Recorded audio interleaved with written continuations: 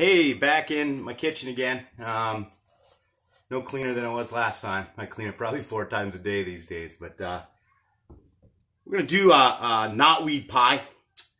I talked about Japanese knotweed before and given you kind of a couple recipes you might be able to try with your parents' help.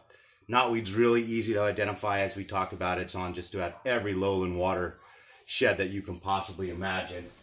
Those early shoots look like this. It was crazy. I wanted to do this yesterday, but because of those freezing temperatures, when I cut the small shoots, I was splashed with like this hose of water. And I think that's because the temperature differential actually somehow orchestrated a diffusion in the plant, which was pretty magical. So I think I'm going to add to this assignment, and I'm going to have you just look up the nutrients that can be found in this plant.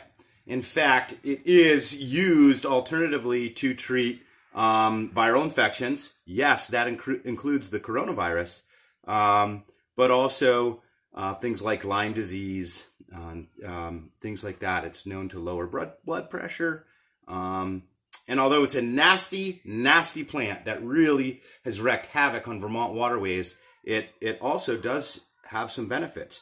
The idea is that really we'll never be able to eradicate it. But my brother, who is a forester, he has contracts where he uses heavy pesticides to take this stuff out. Anyway, moving forward, I'm going to make just a real simple pie. I have a pre-made crust here. That's stupid. I really should have made my own crust, but I just don't have a lot of time.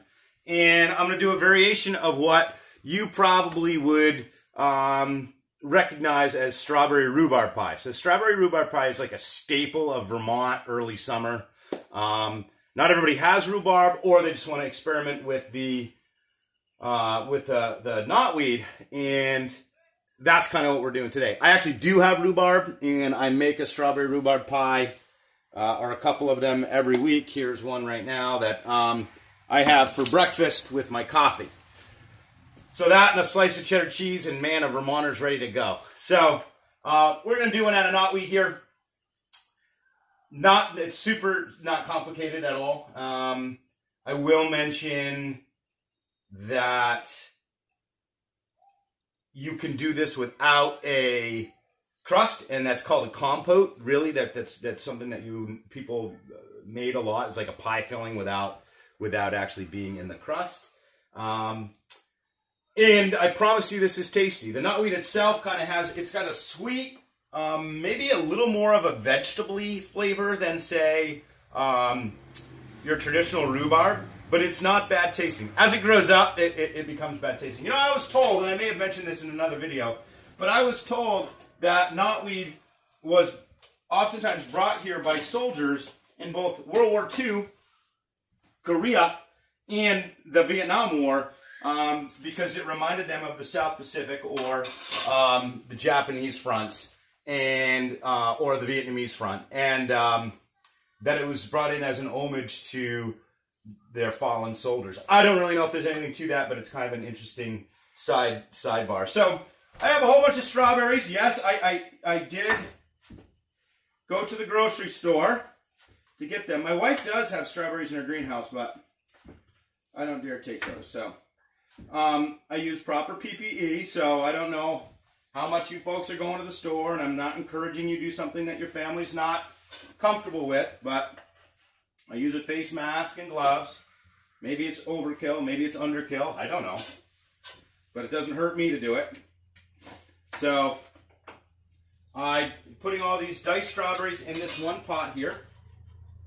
And then I'm going to just take a tablespoon of vanilla extract. I'm just using a big spoon. I can't find my measuring spoons. No one ever puts them back where they're supposed to be. It's driving me crazy. I'm going to take some cubed butter pats, or just butter here. Put that in. That's just going to evenly distribute the heat. I'm going to take a tablespoon of lemon juice. What lemon juice does, I mentioned that temperature diffusion, but also the acid in lemon juice can actually cause a diffusion too, which I'll put like a tablespoon and a half. I like lemon. It'll cause the juices of the fruit to really come out. So that will then be kind of congealed with the sugar, which I'm going to do.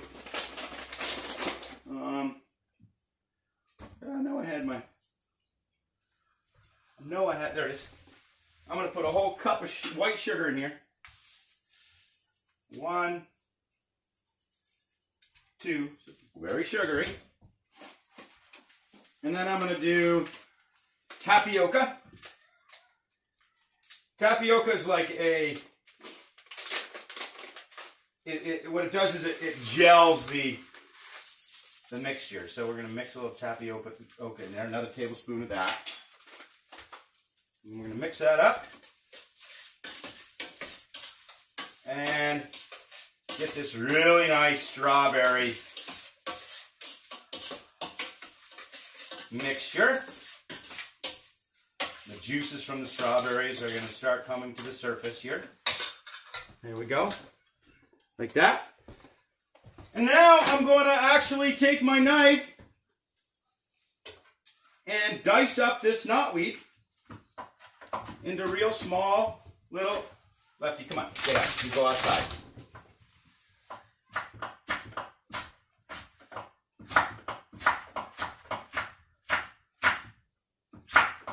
I start with the tips. So I have real nice chopped up knotweed there. And in it goes into my mixture.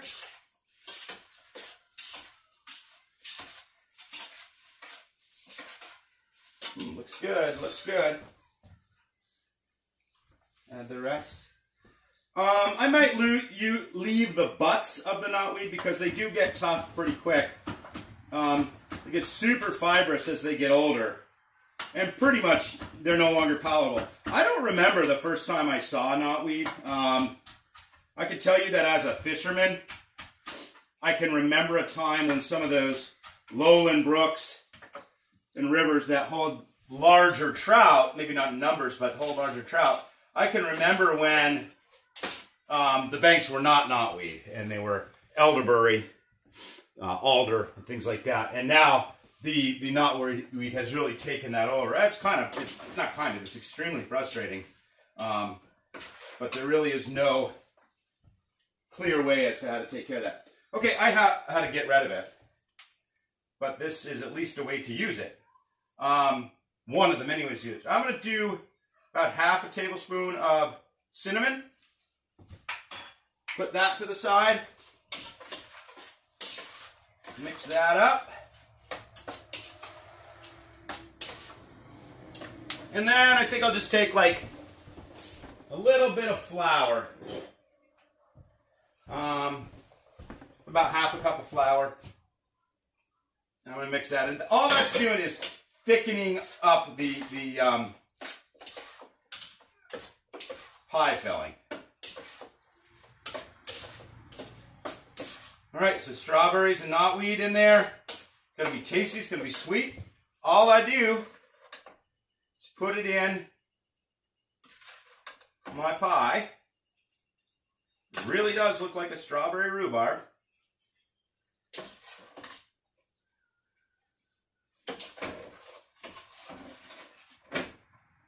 Now put some light on the scene here. There we go.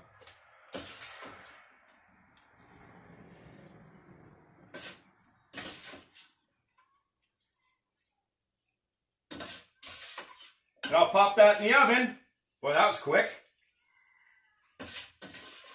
And then I'll have a dessert for this evening, or I'll save it for tomorrow. I like strawberry rhubarb pie for breakfast, but I'm kind of old-timey. There's the pie. Doesn't look so bad, does it? And we'll pop it in. All right, guys, hope you're having fun.